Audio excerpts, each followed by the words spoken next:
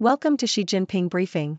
The content of the briefing includes: Xi curbs short selling after Chinese market plunges. Frenchman tells plight of husband state secret jailing. High electricity prices have Europe facing deindustrialization, don't let it happen here. China Evergrande, what if the property giant is liquidated? US-China talks fall short in nudging Beijing toward Red Sea breakthrough. Xi curbs short selling after Chinese market plunges. Telegraph. China has announced new restrictions on short selling in an attempt to halt the stock market rout. The China Securities Regulatory Commission has said that investors will no longer be able to lend out shares for trading purposes for a set period of time. This is the latest in a series of market interventions by the authorities which have so far failed to shore up China's stock market. China's benchmark CSI 300 index has lost a fifth of its value in the last 9 months as investors dumped stocks amid concerns over the country's economy. Beijing has been battling to reverse the decline through policies such as cutting bank reserves. Frenchman tells plight of husband state secret jailing. RFI. François Dupuy, a 77-year-old former executive of a French construction company, has spoken out about the disappearance and imprisonment of his husband, Wu. Wu, a former marketing director for a powerful Communist Party organization, was arrested in Beijing in January 2021. He was held incommunicado for a year before being sentenced to 11 years in prison. Wu's daughter visits him once a month and reports that he is being mistreated and his health is deteriorating. Dupuy has decided to speak out to shed light on the Chinese government's treatment of its own citizens. High electricity prices have Europe facing deindustrialization, don't let it happen here. Hill. Europe's high electricity prices, brought about by misguided energy policies, are threatening deindustrialization and prompting warnings from trade unions. The US is heading down the same path due to renewable energy mandates. The European Commission has reported a 5.8% drop in industrial output across the euro area in the 12 months ending November 2023, while a survey by the European Investment Bank finds energy costs in 2023 were the chief obstacle to firms' long-term investment decisions. China Evergrande, what if the property giant is liquidated? Deutsche Welle. China Evergrande, the troubled property developer that owes $300 billion, could be liquidated as early as Monday as a court in Hong Kong hears a winding-up petition against the firm by foreign creditors. The legal proceedings are being brought by Samoa-registered Top Shine, an investor in one of Evergrande's subsidiaries. A crackdown 3 years ago by China on 2 decades of real estate speculation caused a deepening property crisis and left Evergrande owing $300 billion. US-China talks fall short in nudging Beijing toward Red Sea breakthrough. Japan Times. Top US and Chinese officials, US National Security Advisor Jake Sullivan and Chinese Foreign Minister Wang Yi, met for 2 days in Bangkok to discuss improving the relationship between the two countries.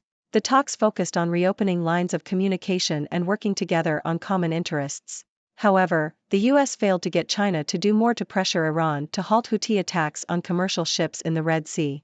The two countries did agree to work towards a phone call between President Joe Biden and Chinese leader Xi Jinping in the spring. Why it may already be too late for the West to avoid war. Telegraph. There are growing concerns in the UK that the country is ill-prepared for a potential conflict with Russia and the possibility of a Third World War. Senior military officers have been warning of the woeful state of the UK armed forces, and calls have been made for the reintroduction of conscription. The lack of willingness to fight, particularly among millennials, has been highlighted as a major obstacle to conscription. Furthermore, the lack of investment in defense has left the UK with a small military force and insufficient equipment. In Germany, there has been a major rethink in defense strategy prompted by the invasion of Ukraine, with the country's military being rearmed to prepare for a potential war with Russia. The defense minister has warned that peace in Europe is no longer certain and that the country must be prepared to defend itself. However, Germany's lack of investment in defense means it will struggle to reverse the decline in its capabilities. The article argues that the West must prepare for war by increasing investment in defense and rearming its armed forces. The current threats from Russia, China, and non-state actors require a concerted effort to build up military strength and technological dominance. It suggests that a failure to do so will leave the West vulnerable to aggression and potentially lead to a Third World War. China's economy is in serious trouble. It could soon be everyone's problem. The Sydney Morning Herald. China's economic model is becoming unsustainable, with low consumer spending, diminishing returns on investment, and stagnating productivity growth. The government has masked the problem by promoting a real estate bubble, but this is not a long-term solution. China needs to end financial repression, strengthen the social safety net, and reduce unsustainable investment spending. However, powerful players, such as state-owned enterprises, benefit from the current system, making reform difficult. There are concerns that China may not respond well to economic trouble, potentially leading to social and political instability or military adventurism. Ladies and gentlemen, I am Dr. Hex from the six-dimensional world, bringing you the latest news from around the globe. Today, we discussed a range of topics, from China's efforts to curb short selling, to the plight of a Frenchman speaking out about his husband's imprisonment in China, to the high electricity prices threatening deindustrialization in Europe, and many more. Let's start with China's move to restrict short selling in an attempt to stabilize its stock market. It seems that the authorities have been trying various interventions to halt the market rout, but so far, their efforts have fallen short. It's like trying to fix a leaking boat with a band-aid. It might hold for a while, but eventually, the water will find its way in. The underlying concerns about China's economy and the dumping of stocks by investors are not easily solved by temporary measures.